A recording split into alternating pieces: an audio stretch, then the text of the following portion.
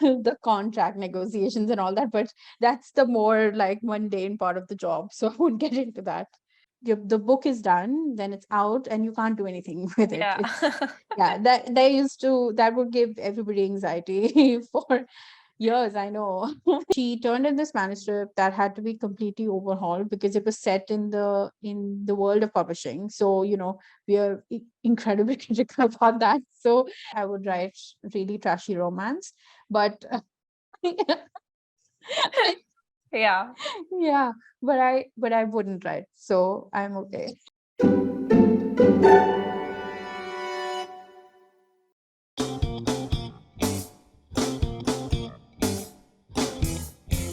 Welcome to the Book People.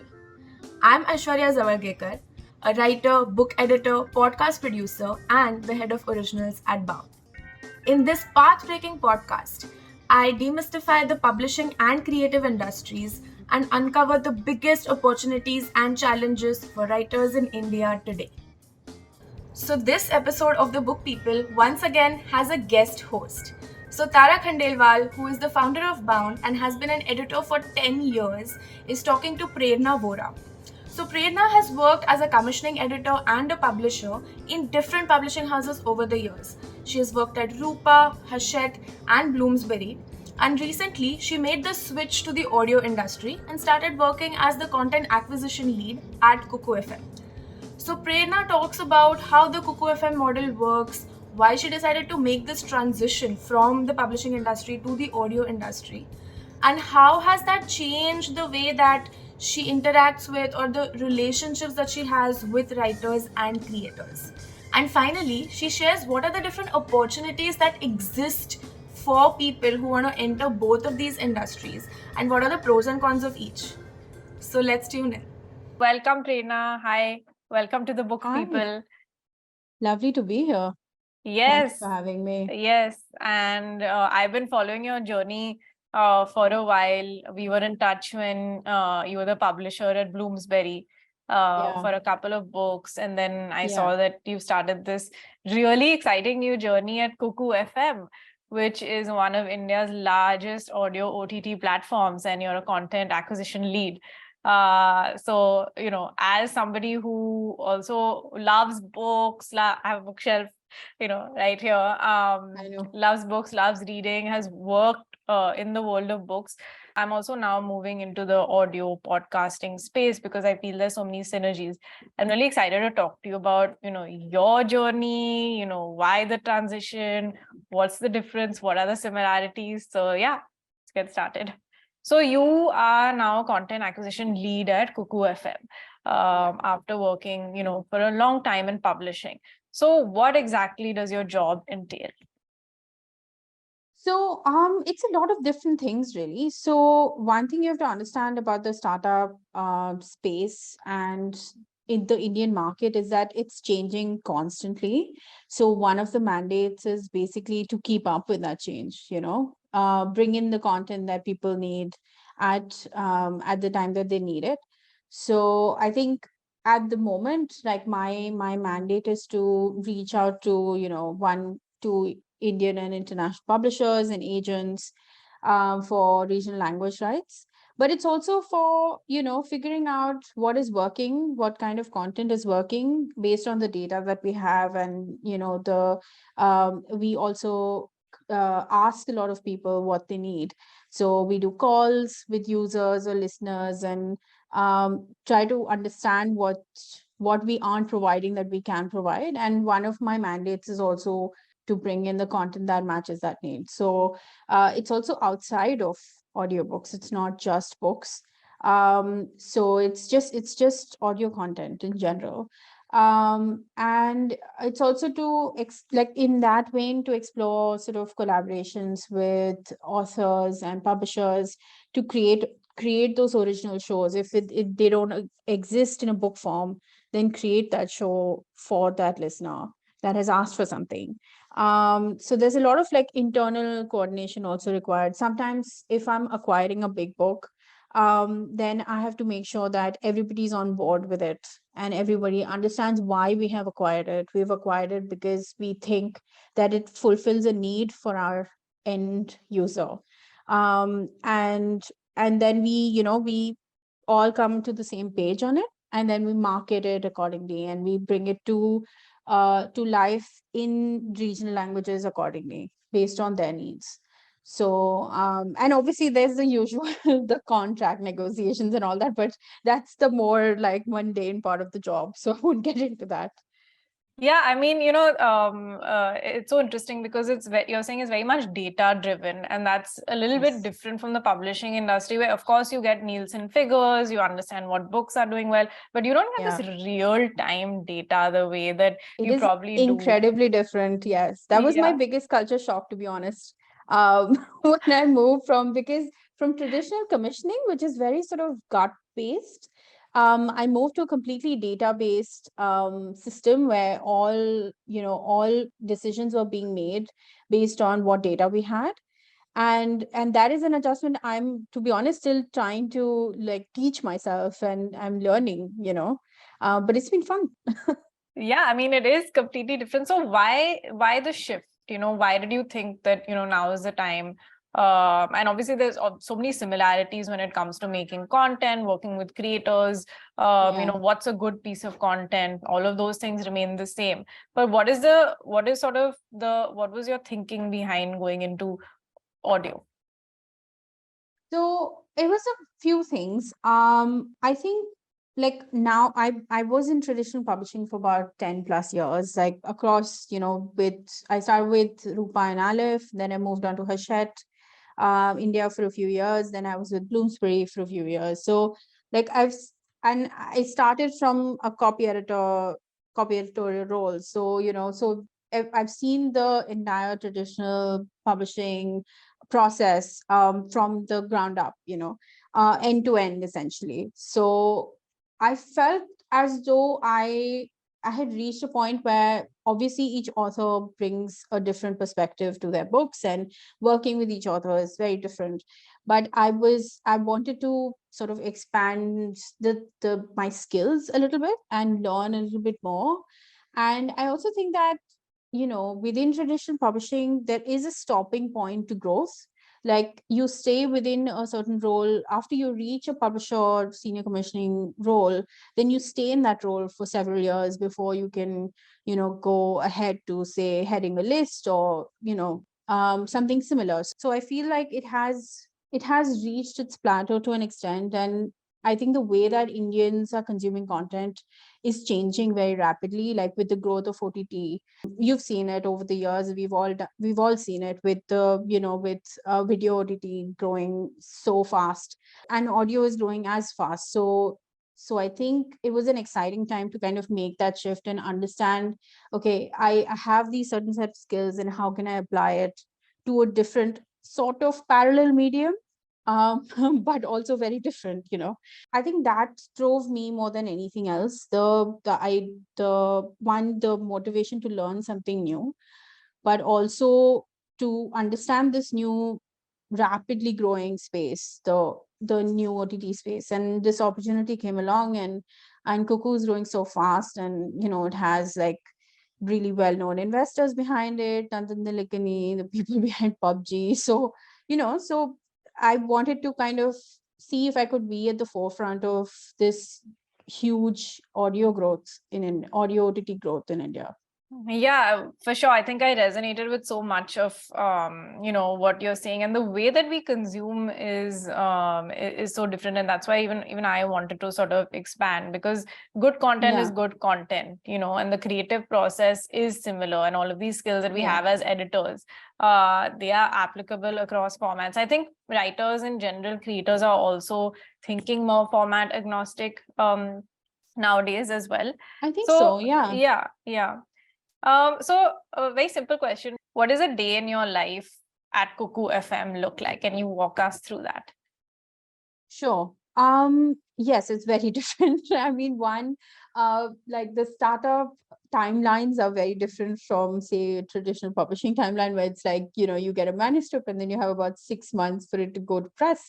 So, so that was a huge that's been a huge adjustment, but in a good way. So we work completely remotely. So and it's, it's about 200 people coordinating everything on Slack and, on calls. So a lot of my day involves calls with my teams and parallel teams to coordinate our efforts towards whatever content that we are promoting that week, or we are buying into, or so a lot of that involves multiple meetings and calls. Obviously now I've been reaching out to more and more agents and publishers, so I've been either reaching out to them by email, or I've been following up with the people I've already reached out to. So a lot of my time is spent doing that, but it's also kind of spent going through the data that we have to figure out, if there is something that people are asking for that we don't have, and making those lists and then getting those books or those content pieces on board. So I think remote working has its own advantages and disadvantages. So it's been interesting to kind of join a new company entirely remotely, and build those like office relationships, I would say, remotely, because that's a totally different ball game. So yeah. So yeah, that's typically what my day looks like. It's a lot of coordination, and but it's also a lot of ideation. So it's fun. Yeah, that sounds fun. So what is the data telling you? What kinds of things, are you looking for? What kinds of things are listeners of, shows, audiobooks wanting more of? Our mandate is essentially to improve access of content across Indian languages to those who don't have that access in the content that's available in English.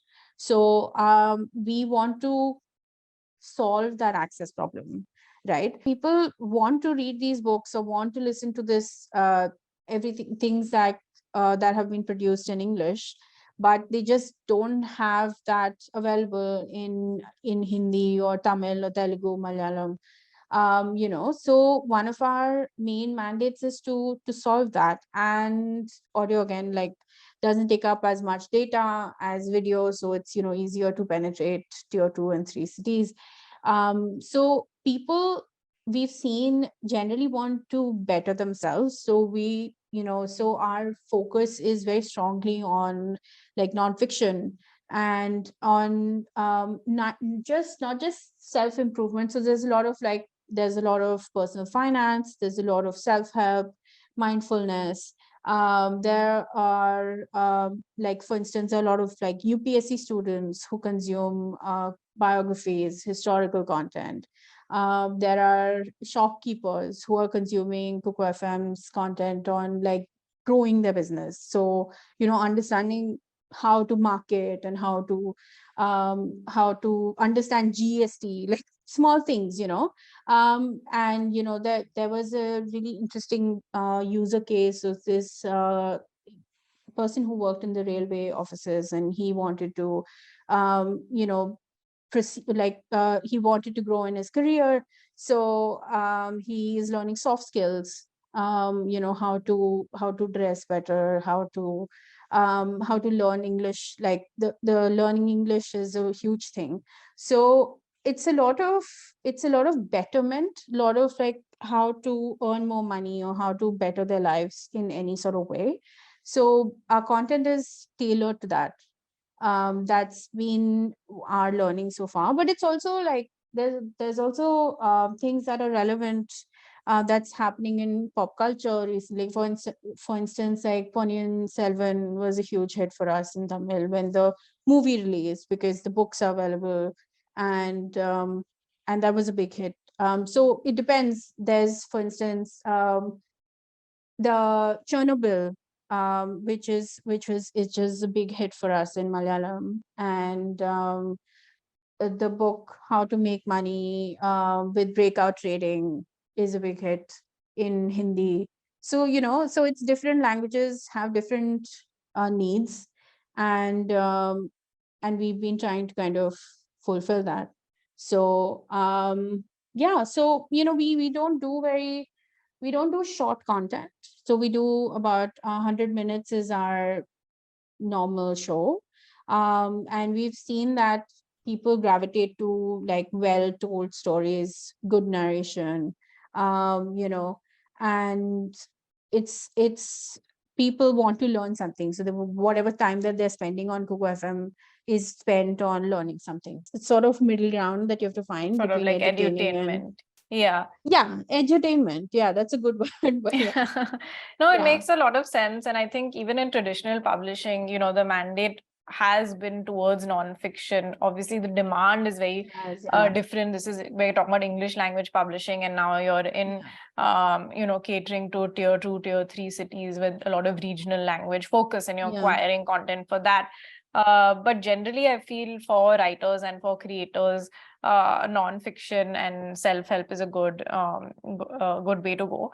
So what you do essentially is you find, you plug in the gaps, and then it sort of gets translated out into these different languages after you acquire it. Am I correct? Yeah. Okay. So I, being like an English language reader, I saw when Rukmini S.'s book, Whole Numbers and Half Truths, which is what data can tell us about India. And I absolutely love that concept. And I'm reading it right now, and I saw that you acquired it for great, Kuku isn't FM. It? Yeah. So what was, I want to know, if we take that as an example, Sure. what led to the decision? What was the process in acquiring it? What's the plan for the book? So the process of acquiring it is very simple. One, I had read the book, and so it's a parallel commissioning role in a sense. So I also thought that it would work well for our target market, because it works not just well for the people, for UPSC aspirants, because it straight data, and there's actual information about India, and that does turn up in exams. But it's also for people, and we've seen that there's a lot of curiosity about India, and it's not just origins, but there's a lot of curiosity about where we are going, or who we are as people, in the content that is consumed on Kuku FM. So clearly, like, there's a lot of curiosity among the Hindi and the other languages about these things. And I think that because this is such an important book, I think this will translate well for our readers as well. So, we are very excited for it and to release it. At the moment, it's being translated. So, we hope to probably release it next year, and or sooner. I mean, we'll have to plan that out. But we have like, again, that is something that we are trying out, and we think it will work. So we are hoping for the best. It's so, in that sense, it is like publishing. I feel like data can only get you so far, right? So far, there's something just come out of the blue and just unpredictable, and just capture people's imaginations of, that's such a good piece of content. So you can't predict all of these things, and I think that it's interesting to also keep the door open for trial and error as well. There is, that's the joy of it. I think that there is room for that here. And it's a fun thing, because you see either immediate results, or you can plan accordingly. Okay, you think that something is not working, so you tweak the subtitle, you tweak the thumbnail a little bit, or you tweak the chapter a little bit, like, for it to really pick up. So you can do all that. Like, there is enough flexibility, I think, because with publishing, it's like, okay, the book is done, then it's out, and you can't do anything with it.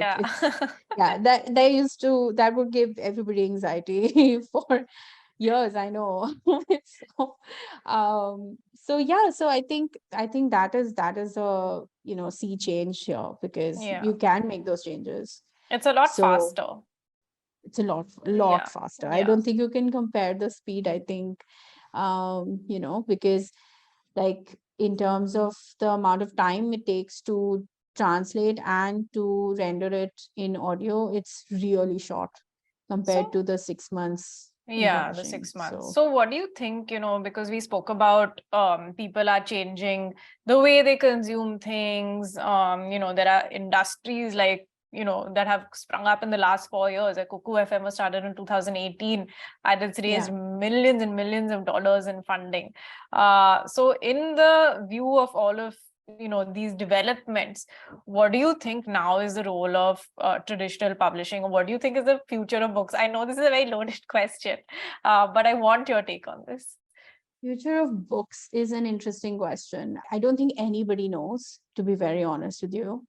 People sitting in the UK and the US who actually have more data than we do, I don't think they know either.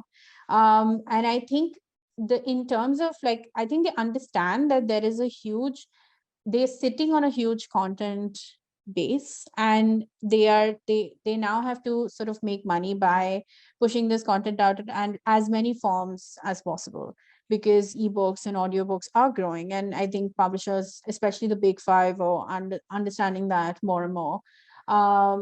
India by itself is a very, very different market. It's so price sensitive, and it's that is something that absolutely, even today, is absolutely relevant. Paper costs are going up, so books are being it's very hard to price books low, and sometimes it just doesn't work, which is why publishers are moving away from fiction and moving to nonfiction, because I think they feel that people are not reading as much, or if they're not spending that much, a book fails by just pricing it up 100 rupees. It's like if you price a commercial fiction, which is 399 to 499.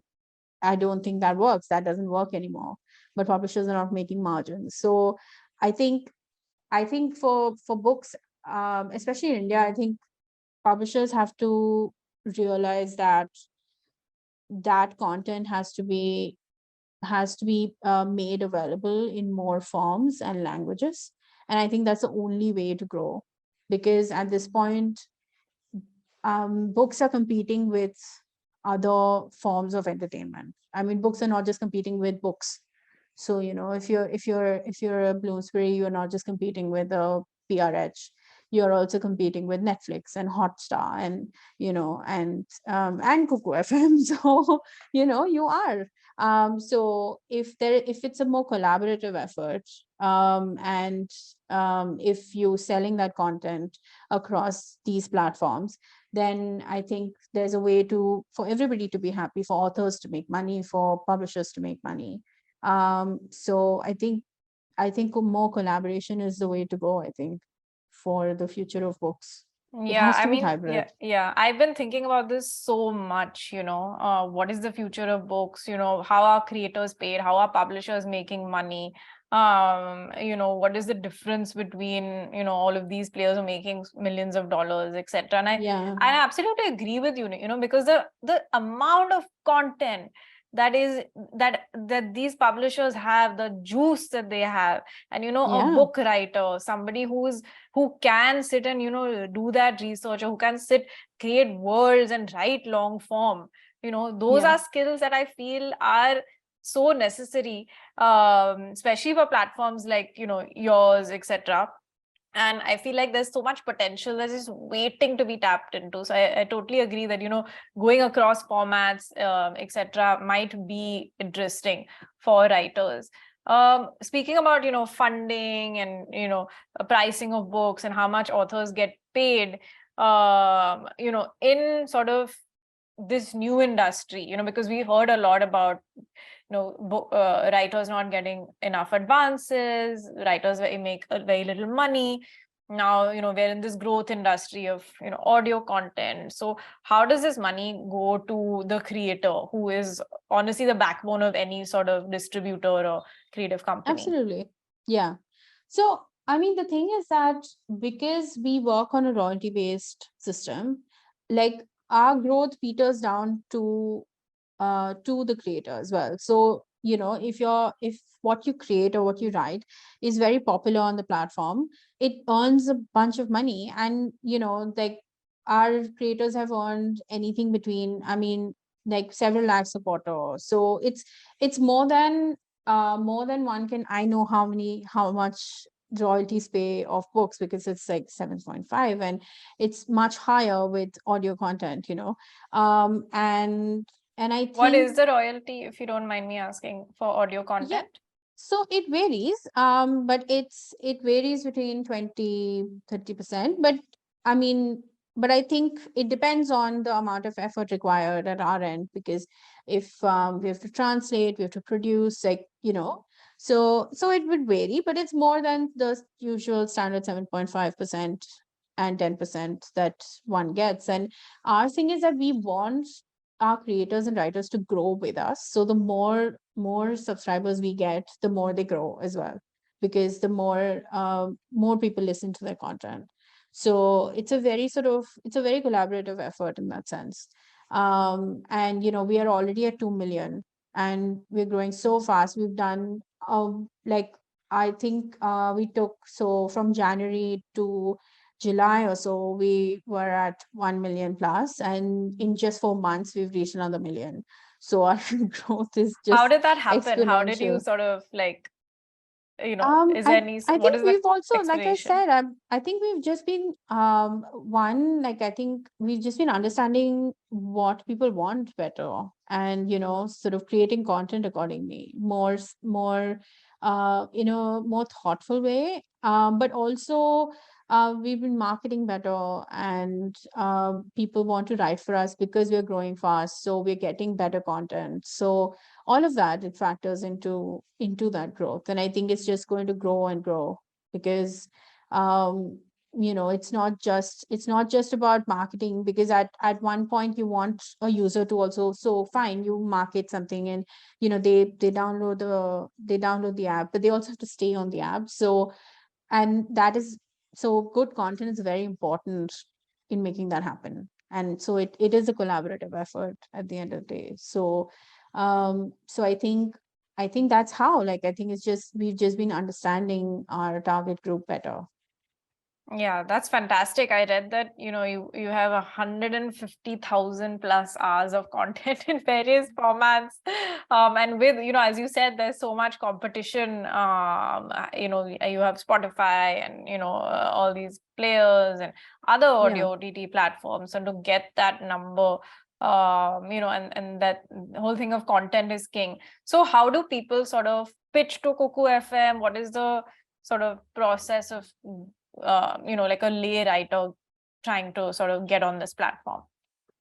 So, I mean, it's about ideas. So, if a lay writer wants to reach out to us with an idea that they have, they can absolutely do that. And then we have a team that sort of onboards you and takes you through the whole process. It's quite simple, really.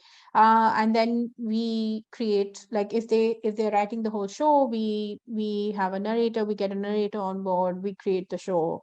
So they don't need to create the show for us. While we're also taking on shows that are already made, we are licensing those as well. But if you're creating a new for us, then absolutely, I mean, people should reach out, and we are always looking for new writers, particularly in Hindi and other languages. So, or translators, good translators are hard to come by, as you know. So all they have to do is reach out, and we will slot them in, and we'll help them find a place. And we have a whole process for this. So yeah, as long as sort of it fits within the mandate and what your listeners want, and it's pitched properly and all of those things, then there is opportunity.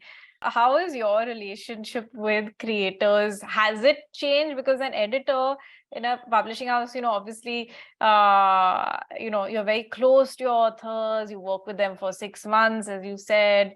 There's a very nice relationship that comes in place, and so obviously you're working with a lot of authors and creators and publishers, etc., in this job as well. So how is like the relationship management part of your job? Has it changed? Is it different? It is very different. I'm working with fewer individuals now. I'm working with larger publishing houses, and while they're also driven by one or two people, but at the end of the day, you have to work across the board with different people. So it's changed completely. I'm on the other side of the fence now because because I'm no longer within that publishing house. So I do miss that aspect, like working more closely with authors and shaping a book, because that is not something that I do here. But again, I'm also learning new things. So yeah, so I'm now closer to the publishers that I knew as colleagues than I am to authors that I knew. But my aim is to also bring those authors into the fold if they want to write for audio, because it is an absolute it is something that they can mine and they can earn more from. That, like, there are very few people who choose writing books as for their Full living. time. Yeah. So yeah, so it's a hard thing to Yeah. manage. I think I see, like, personally, like, at Bound, we have so many writers that we're working with, and we're seeing this, interest in writers wanting to write for screen, audio, etc., because Yeah. there's more money. So one of our writers, Chandrama Das, she's actually written, for Audible. She's done a podcast with us. She's writing for screen. She's written a book as well. So we're seeing a lot of this happening, and that's very interesting. So this is just a fun question. What is that one book, or who's that one author that you really cherish? And can you tell us a little bit about, at your time in publishing, about sort of onboarding this one author and what it was like? I actually want to shout out a couple of people. One is I worked with this author who wrote this fabulous um commercial, like it's rom-com, but really well done. And it's basically, her name is Nikita Deshpande. I worked with her at Hachette, and she turned in this manuscript that had to be completely overhauled because it was set in the world of publishing. So we are incredibly critical about that. So, and a lot of what was written was a lot of things that she thought happened in publishing were not actually the case. And I think it was just incredibly rewarding to see her take those comments on board and turn that manuscript around. And then we were very closely involved in the publishing of the book, in the cover, all of that. I think the best kind of books are the ones where you are very close to the author in every part of the bookmaking process. So I felt that was one of my very, it's not a book that was a bestseller, but it was a very lovely book that I'm very happy to have published. And we tried a few things with fantasy as well. I worked with Sukanya Venkatragavan for Dark Things, and that was a lovely fantasy novel that we published. And fantasy in that genre is not something that sells very well in India or people know how to appreciate, but it's nice to have tried it. And those kind of things are something that it'll be fun to try here as well. I'm sure our our mandate will keep growing and changing, and it'll be fun to try some new interesting formats here as well. So I think for me, like, as an editor, some of the most fun I've had has been just working with the author on and have authors take feedback and then turn around and deliver something that's absolutely incredible and you're proud of. So yeah, I think those are my best memories, not the books that have sold really well or really um but just the books that felt like as much mine as the authors, I suppose. Yeah, it does sort of end up happening like that, because as an editor, you're I call it sort of like a creative companion. Yeah. And it is like that, and the relationship that you build is really lovely, and you feel like it's your own story. But coming to, the content mandate changing, there's so much content. Do you think there's too much content right now in India? And like, do you think that, this boom period of, stories growing and all of this is going to continue? I don't think there's too much content, to be honest, because I'm seeing the regional language side of things, and I still think that there is a lot that can be done in this space, particularly in nonfiction, because regional language publishers they're not as big as, say, the English language or Hindi language publishers are. So the content available is still either dated or it's not as well marketed, and doesn't reach as many people as it should. And I think that a lot can be done still in the regional language space. Obviously, film and television will always exist, and there's always that. So cinema will always exist, but this is a very different space. Like, just creating content that one can learn something from or can understand their world better. It's still very far behind, like in at least in the regional languages. Even in I think even in traditional publishing in English language, there are still genres that need to be explored.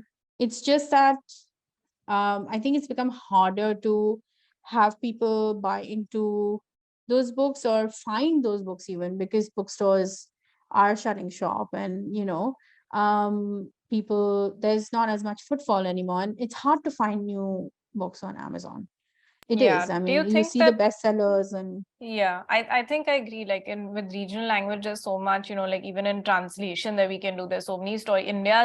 I love, yeah, I love living in India because, as a creator, as a storyteller, it's just like the meat, it's so rich. I mean, there's like absolutely. so much to sort of tap into that just hasn't been, and that is so exciting. The amount of stories that we have in this country, every corner is amazing.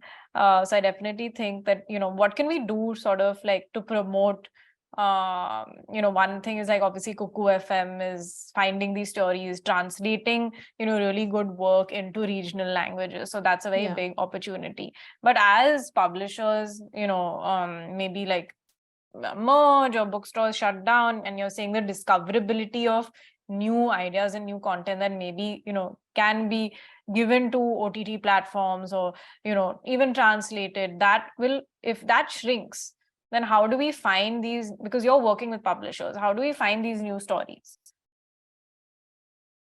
I don't know if that is shrink. Again, like publishers, the weird dissonance is that publishers are not shrinking in that sense. Like, Yeah. there are people are publishing more and more books. There are newer publishers every day. Like, there's somebody who starts a publishing house or imprint or Yeah. something.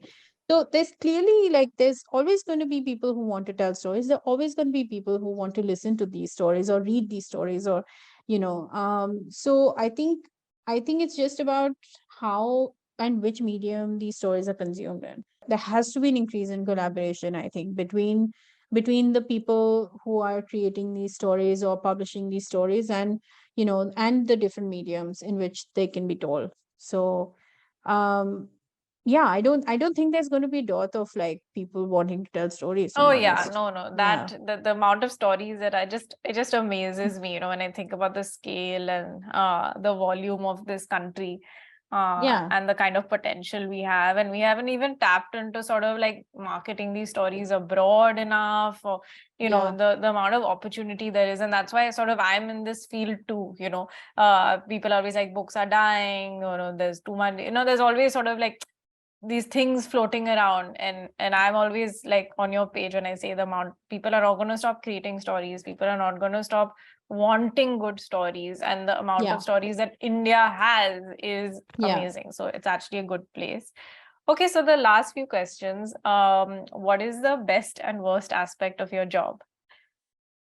I think the best aspect so far has been just so I mean, being in English language publishing for so long, you kind of have blinders on, and you kind of know, okay, only that language. And I think it's been eye-opening for me to understand what people in various regional languages want, and each language is different, and each language wants a different thing. And if you try something in Tamil, it will not work in Telugu, and vice versa. And if you try something in Malayalam, it won't work in Kannada. So I think learning the idiosyncrasies of each language has been really interesting. And I think finding new wins and like opportunities to grow something is great. Like for instance, we are partnering exclusively with Juggernaut for Ankur Warikoo's new book. So so we are planning a big campaign Yeah. around it when it releases in December, and that's going to be a really interesting thing So for is us as that well, going to be because translated into sort of all it's already languages? It's already yeah. So on the yeah, platform so in all languages. no, it's not on the platform yet. We are Okay. releasing it simultaneously with the publisher, so that's going to be a fun thing Is for that us. something like And Ankur Warikoo? Is that something that would be sort of universal across your audiences? Or is there yeah, like a we particular think audience so. that, yeah, okay. We think that he has takers across the country in every language, and I think that given our target group and given the people who listen to our platform, I think the book will work wonders. So we bought it for that reason. We knew what our target market wants, and they are people who listen to Ankur Warikoo's advice on life and money and everything else. So why not publish his new book simultaneously, with the publisher? So that's going to be fun for us. So I'm excited about doing things like that, exploring more opportunities like this with publishers where we can collaborate better and do simultaneous releases, because that's also exciting for authors, right? Like their book will be simultaneously available across Yeah, super. languages in print and audio. So nothing like it does. It gives you a big boost and gives publishers, I think, something to tell their authors as well. So yeah. So I think that has been the best aspect of things. The worst aspect is, I think, the pace difference. I think it's basically marrying like the fast pace of the startup and how fast we need that content and how slowly publishers normally work.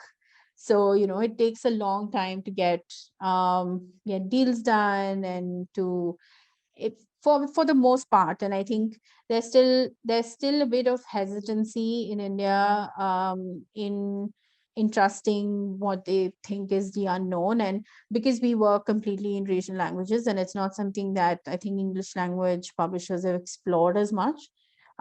So I think there is still a bit of hesitancy there. And I think like I won't say it's the worst, but it's been a challenge to kind of meet them in the middle and try and find ways to get them to buy in, because traditional publishers are very like stayed in their approach in lots of ways. So while English language audiobooks do have buy-ins everywhere, it's difficult to get them to understand that like regional is another huge aspect Yeah. of selling content. It's a So traditional with the startup combining that. yeah, I think just Yeah. marrying the two Marrying. and their pace and yeah, Yeah. all of it. So I Yeah. think that has been the But the most content challenging is aspect. always vibrant, so that's what matters. So in terms of Yeah. just another question, in terms of somebody like an Ankur Warikoo, everyone knows him. He is a Yeah. very big name. He will work, as you said, across India, and he has a pulse on something that's really sort of interesting to young people, or startup owners and self-help Yeah. and all of that. So there are a lot of other platforms also sort of probably like who might have sort of be interested in him. So how does that work? Is it sort of like a bidding process like in publishing? Is it like a first come first serve? It is a bidding process in Yeah. some ways. Yes. Yeah. There is a bidding process, and you kind of so with the publisher you figure out the publisher I think has to figure out what who works best for them. And in terms of commitment, in terms of like not just monetary, but it's also about what we can do for them, The right? deliverable. Yeah. Yeah, deliverables and the reach and everything. So at the moment, because we are at, I mean, it's unprecedented. Like the 2 million paid subscribers is pretty, Paid unprecedented. subscribers is So fantastic, yeah, yeah. yeah. So, and it's only growing like every day. So, so I think that is something that we can offer that others can't. So I think it does make a really solid value proposition for publishers. So, so you have to bid for all of this, like not just money, but also show publishers that you can offer this massive base to them across languages, so Yeah, which the is not something that distribution others can. Yeah. is amazing. Yeah, and for I have lots of like people coming to me saying I want to be an editor, I want to work in publishing. There's a lot of young people wanting to enter or become book people. So Yeah. what advice would you have for somebody who wants to enter the publishing industry, given that you've been working in this for so long and you've seen different sides of it, you're in a new environment, a growing environment. I've also made that change. So what advice would you Yeah. have? I think my advice would be, I mean, if they're trying to enter, one, get internships, because it's very hard to get publishers to respond to emails.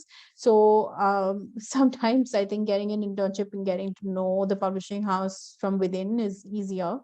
But also to kind of keep their eyes peeled for opportunities within the publishing house. Say, especially when you're younger, you can put your hand up for more roles and more things. For instance, I know I was talking to a counterpart in another audio platform, and she was saying that she got her role at a publishing house, like selling audio, just by because it was just available and she wanted to move, and she just put her hand up for it, and that brought her, opened up her CV to more opportunities and more things. So sometimes if you're in a big enough publishing house where there is, like, be open to moving across across this thing, because again, it's change. While it remains the same, it still has to change. Like, publishing has to figure out how to make how to sell books better, or what is working, and that shift will happen, however slowly. So I think the best way to enter publishing is to understand as many aspects of it as possible. So, if you're in a big enough publishing house where there are multiple um, departments and everything, put your hand up for roles. Makes sense. There's nothing Yeah. quite like learning new things. And it's interesting you mentioned your counterpart in another organization, and I've seen this. A lot of people working as editors in publishing houses. They're now working in audio, or they're working in OTT, video, etc. Yeah. So why do you think having being an editor gives you an edge to then go into these platforms, and why do you think these platforms are interested in sort of people who have worked in publishing? It's a similar skill set to, say, commissioning, because you again have to understand your target group and think of what kind of books or content they would like to consume. So you do bring uh, that to the table, and you do bring that sensibility of understanding. Okay, you think that this author is big, or this book is big, and let's approach them for something that we think will, understanding this target group will work for this target group. So it's marrying the two worlds, and I think audio platforms are also interested in people who have worked for publishing houses, because of this skill set, but also because they've understood they publishers are sitting on a lot of content. And I think if you're working in publishing for a certain period of time, what your publishing house is publishing, but also others. So you understand the market, so you know what's out there, and what can be on offer. So often people outside of publishing don't view books so widely, I think. So I think that skill set, plus like understanding of the various players and what they're good at, is what audio companies are looking at. Yeah. I assume. Yeah. No, I totally asked. agree. Yeah, no, I totally agree, you know, because I feel like the skill set that you develop as an editor is invaluable. You know, being able to look at something from your audience's perspective, being able to try and understand, you know, what will work for a reader, you know, and being able to see both sides of the coin, you know, what makes the fact that, you know, an editor can spot, curate, and, you know, hone a good story. That is a huge skill set. You know, I always tell people, look at it from your like reader's point of view, look at it from your it's sort of like switching your reader's hat on. So I totally agree, and I'm of the belief that these skill sets are fully transferable. You know, like I've done it too, and it's transferred not only in sort of it's transferred simple thing like a social media post or a blog post. You know, these skills are transferred across formats. So it's a very exciting time, I think, for book people, editors, writers, creators. There's so much going on. So yeah, there's a lot going on. It's very exciting. It's true. I mean, I feel like it's like there has to be a sea change in the industry, like at some level, at some point. And I think we are seeing the start of that. And hopefully, like, you know, especially in India in regional languages, there will be a shift among traditional publishers as well as those who are already on board with what audio really means for them. Yeah, absolutely. So what is your one message to all the book people in India or all over the world? My one message is be open to new people coming into the space and be open to new ideas. There's a big I think there's a way they are not able to step out of their traditional roles at the moment, and I think there's a huge opportunity just sitting waiting for you, and for all parties to to like make as much out of their content as possible. And I think that hasn't been explored yet. So my thing is to just be open to the new opportunities coming their way. For sure. And I think we're all sort of dealing in the world of ideas, you know, that is our biggest currency here. Okay, so the rapid fire round. Books or audio? Reading or listening? Let me phrase it that way. Reading, but podcasts. Okay. Yeah, fair enough. Makes sense. Me too. I agree. So reading and then for me, like I read and then I listen to podcasts, but I don't really do much audiobooks because I'm a very fast reader. So I have to sort of like up the speed. I listen to more sort of audio content. So like more audio shows. So because Kuku also does audio shows, so it's fun for me. So I can listen to, audio shows, or if I'm listening to something on Stitcher or something, then I'm listening to an audio show, but also read. So yeah, I think that brings me to another point is that, like I remember once I went to this, like when I was doing an internship and I was studying at the Columbia Publishing course, and we had to do these informational interviews. So I went to one of the editors, like a very senior editor at Pan Macmillan, and I said, I want to be an editor. What do I do? And she's like, read. Read, yeah. Yeah. And it's the same thing, any creator, anything you want to make or you want to get involved, you want to make podcasts, listen. You want to read, Absolutely. So that I think that's interesting. Okay. So your favorite book. Yeah. Oh God, no, that's like asking me who my favorite child is, even though I don't have children. I know. I don't know. Okay, your favorite book that you've read in the last year. The last year, I read. I think the last book that I read was Bad Blood, and I absolutely love that because I read that again. Book. Yeah, it was a really good book. So I read it like a long time ago, and then I read it again, and it's still one of my favorite books. So I would say that. Have you seen the show? It's just.